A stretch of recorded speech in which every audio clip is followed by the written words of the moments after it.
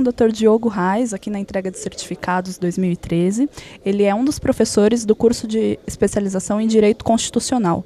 Doutor, como o senhor sentiu a turma ao longo desses anos, 2 anos que foram ministradas as aulas?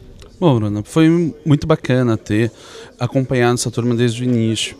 E os alunos se demonstraram muito interessados, né? Todos eles com uma experiência profissional, muitos já não era a primeira especialização, já eram especializados em outra matéria, outra especialidade.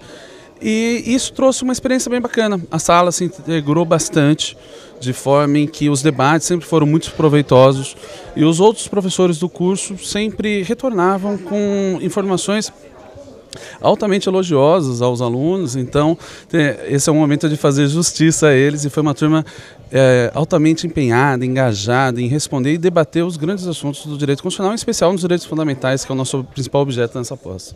Doutor, qual mensagem o senhor deixa para os alunos que estão recebendo seus certificados hoje? Bom, é bem importante que comemore. Toda vitória na vida da gente, penso que deve ser comemorada, e deve ser comemorada com ênfase, como merece, mas que não pare por aqui.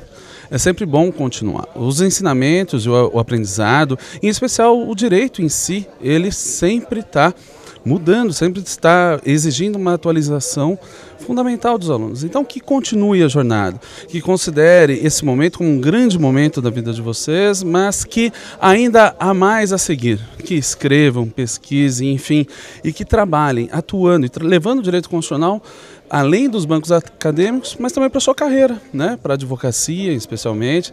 Enfim, fica mais ou menos essa mensagem que eu queria deixar a eles. Muito obrigada.